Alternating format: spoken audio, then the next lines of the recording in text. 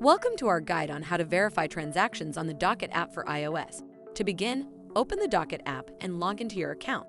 Tap on the three-line icon located at the top left of the main screen. This will take you to the Services screen. From the Services screen, select Banking Accounts. Choose the specific business account you wish to access. Tap on Transactions. To easily locate your transaction, you can use the following options.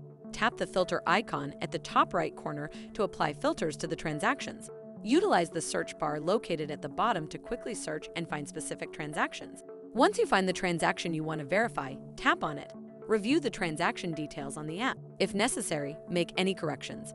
Tap on the category bar to select the appropriate category or chart of accounts. Finally, tap the blue Verify Transaction button to complete the verification process. And there you have it. You've now learned how to verify a transaction on the Docyt app. Thanks for watching this video. Check out our How to Videos playlist to watch more videos like this.